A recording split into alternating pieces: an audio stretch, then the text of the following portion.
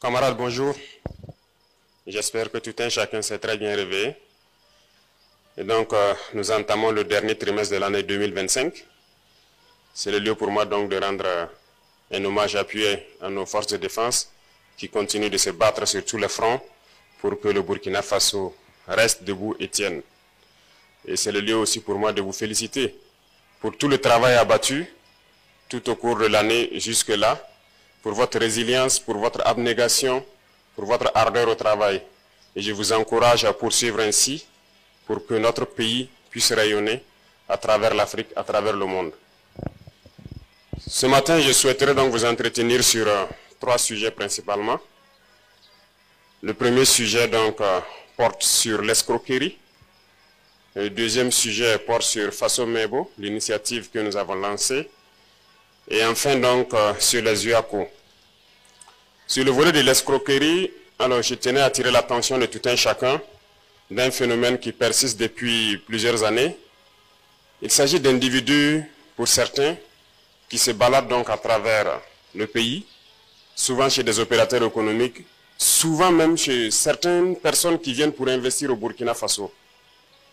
Et leur but, c'est de pouvoir les escroquer, en faisant comprendre à certains que pour avoir des marchés au niveau de l'État, il fallait payer certaines sommes.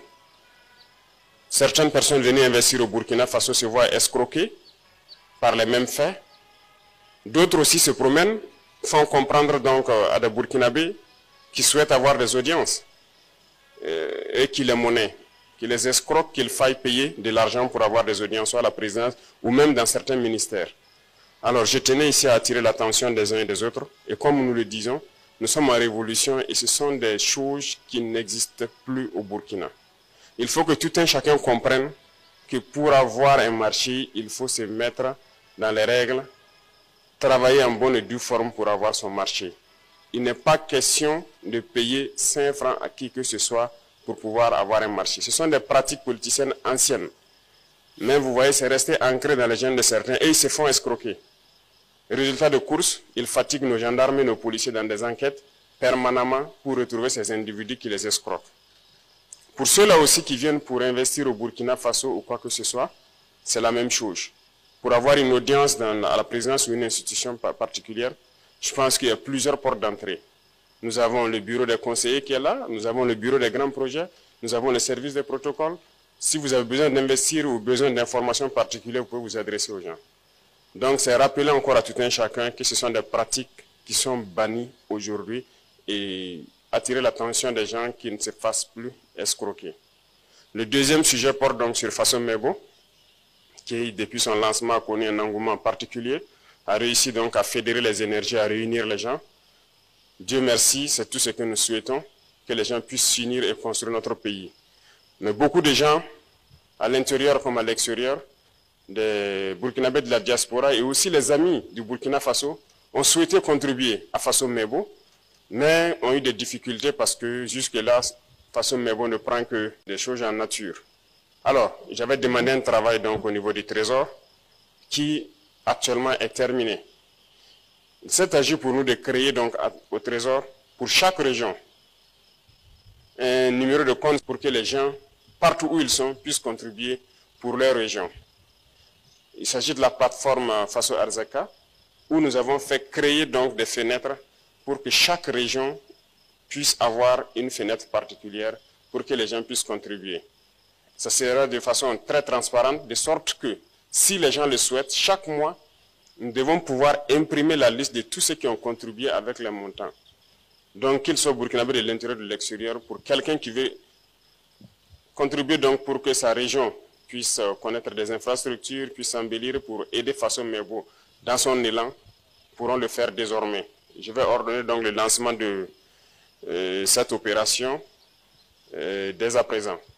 Donc vous êtes tous invités à contribuer dans vos différentes régions, même si vos régions n'ont pas encore reçu leur brigade, mais ça est en route, ça arrive, mais il faut commencer le travail qui peut déjà être fait. Donc tout un chacun de vous pourrait contribuer pour embellir sa région ou pour contribuer donc à construire des infrastructures.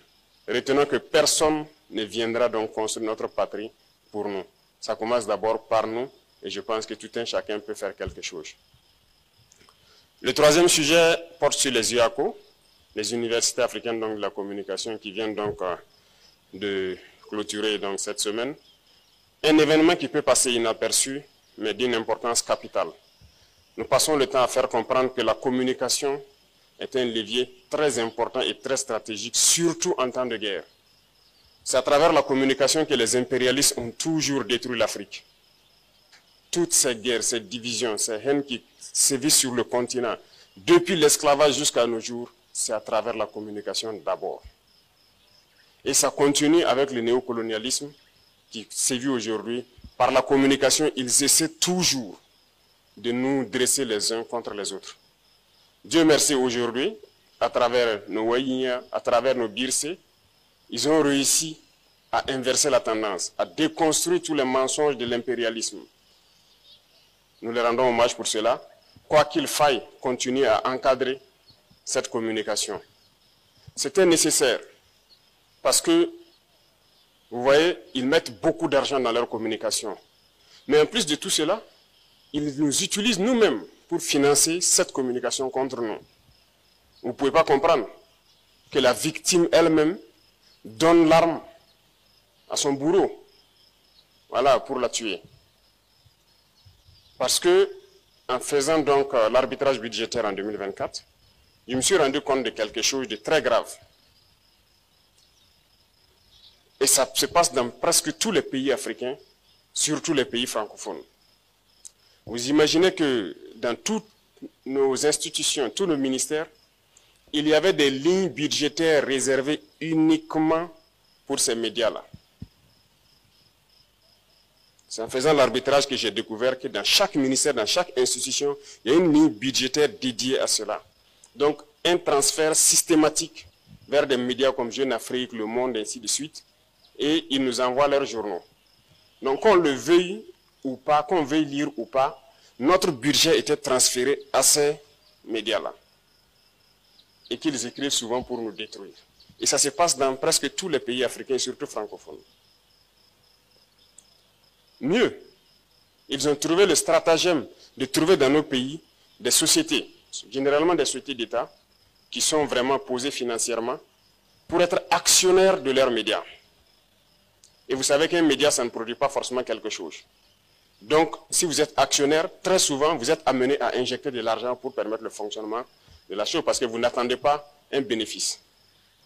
Et là aussi, on vient de le découvrir il n'y a pas très longtemps, avec le nouveau directeur général qui est arrivé dans une société. Il se trouvait que la société, au Burkina Faso, est actionnaire donc, de ces médias-là.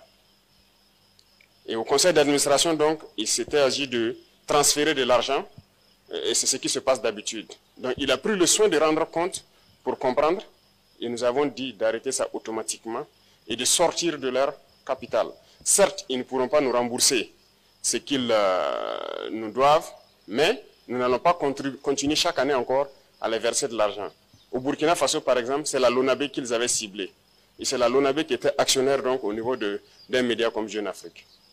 Donc il va de soi que ces médias-là soient foncièrement contre nous. Ils ne pourront jamais parler bien de nous et nous n'allons pas permettre à ce que nous-mêmes, nous continuons à les alimenter.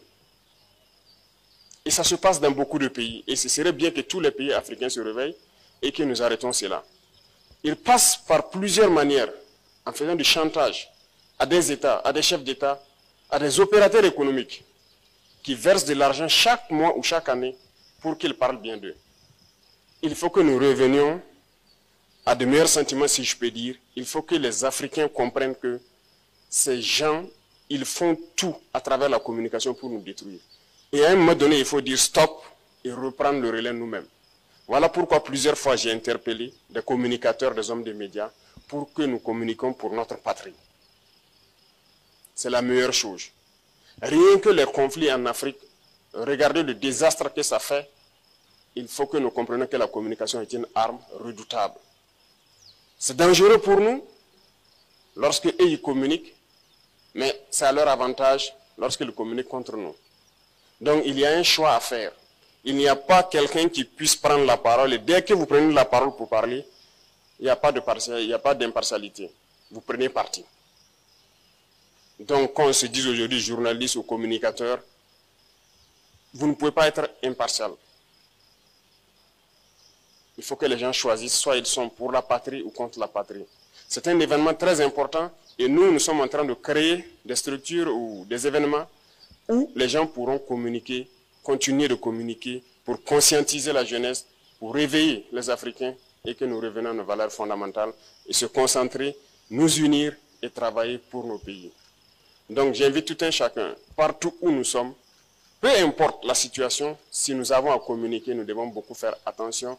Et si nous venons à écouter la communication de certains médias, il faut savoir faire aussi la part des choses, parce que c'est une arme importante. Ils peuvent changer votre manière de voir les choses, ils peuvent vous retourner les uns contre les autres à travers la communication. Donc sur ce, je vous souhaite encore beaucoup de courage pour le trimestre qui est en train de commencer, qui est le dernier, et surtout à mettre les bouchées doubles pour que le budget de l'année 2026, qui va donc se préparer au cours de ce trimestre-là, puisse être un budget qui nous permette d'investir de façon optimale pour notre pays. Merci beaucoup à tous. Je vous souhaite une très bonne semaine et que Dieu protège notre chère patrie. La patrie ou la mort, nous vaincrons.